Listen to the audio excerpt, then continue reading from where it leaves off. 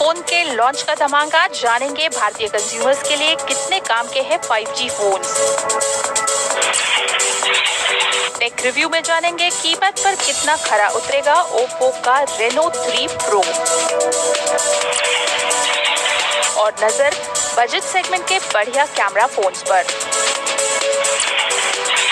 Hello boys and girls, मैं हूं शिबानी घरत। 5G का हाइप धीरे धीरे मटेरियलाइज होना शुरू हो गया है। अभी दो चाइनीज मेकर्स ने हाल फिलहाल में इनफैक्ट हमारे देश में 5G फोन्स लॉन्च किए हैं। रियलमी और आईकू, इन दोनों कंपनीज ने 5G फोन लॉन्च किए हैं और आने वाले दिनों में सैमसंग, शाओमी या फिर वन प्लस जैसी कंपनियों से 5G फोन लॉन्च होने की उम्मीद है। लेकिन हम खासकर हमारे देश में नेटवर्क की अगर हम बात करें तो नेटवर्क 5G नेटवर्क का ऑक्शन भी नहीं हुआ है और इस नेटवर्क को एस्टैब्लिश करने में अभी भी वक्त लगेगा। तो ऐसे सिचुएशन में क्या आपको एज एन एंड यूजर एक 5G फोन खरीदना चाहिए या नहीं खरीदना चाहिए, ये मैं आज आपको बताने वाली हूँ।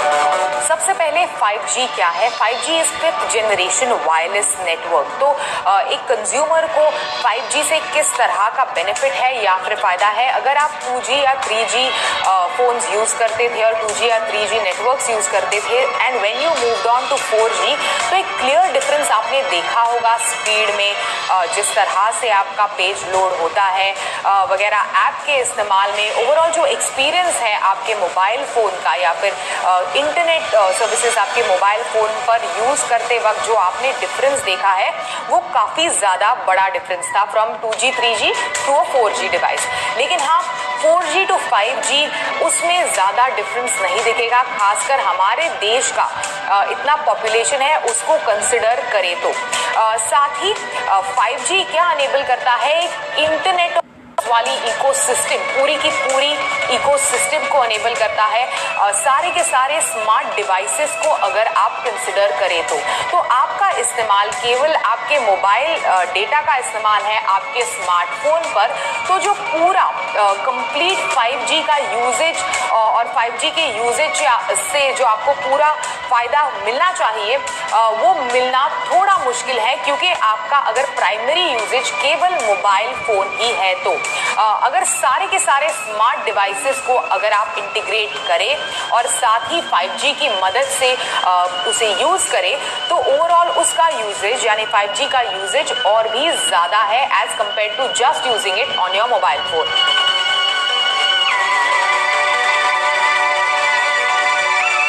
अभी 5G इन इंडिया के बारे में बात करते हैं तो फिलहाल एंड फरवरी में दो स्मार्टफोन मेकर्स रियलमी और आईकू, इन दोनों कंपनीज ने अपने 5G फोन्स इनफैक्ट हमारे देश में पहली बार इंट्रोड्यूस किए हैं। लेकिन जैसे मैंने पहले कहा कि हमारे देश में अभी तक 5G का ऑप्शन हुआ नहीं है और कर्ज में डूबे हमारे मोबाइल फोन कैरियर्स के पास इतने ज्यादा पैसे नहीं है, क्योंकि 5G खरीदना, 5G स्पेक्ट्रम खरीदना काफी महंगा है इन ऑपरेटर्स के लिए। तो पता नहीं कब ये स्पेक्ट्रम के ऑप्शंस होंगे और 5G इवेंचुअली देश भर में एस्टैब्लिश होगा। इनफैक्ट एक हाल फिलहाल में लॉन्च हुई रिपोर्ट के मुताबिक 2023 तक हमारे देश में यानी पूरे के पूरे देश में केवल 5% यूजर्स 5G का इस्तेमाल कर रहे होंगे।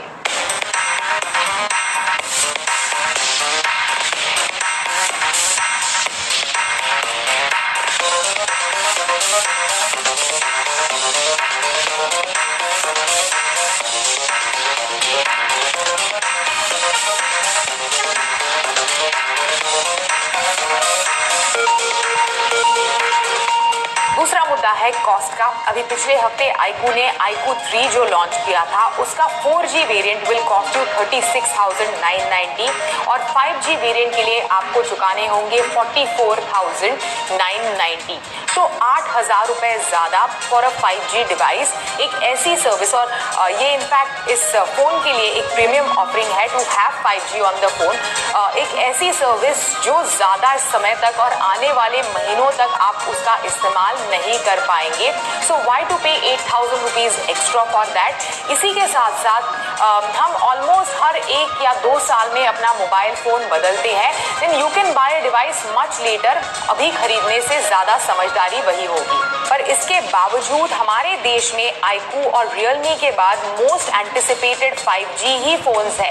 इनफैक्ट लोगों को या फिर कंज्यूमर्स को उम्मीद है कि आने वाले दिनों में we will expect the launch of OnePlus 8 Pro 5G, Xiaomi Mi 9 Pro 5G, Nokia 10 5G और इसी के साथ साथ Samsung Galaxy 11 5G और Samsung Galaxy 20 5G। पर इसके बावजूद जाते जाते as a tech show iQOO और Realme के बाद कौन से ऐसे 5G फोन्स हैं जिनसे लोगों की उम्मीदें जुड़ी है। सबसे पहले एक्सपेक्टेड है मई के अराउंड OnePlus 8 Pro 5G। इसी के साथ साथ लोगों की नजर टिकी हुई है Xiaomi के Mi 9 Pro 5G के ऊपर।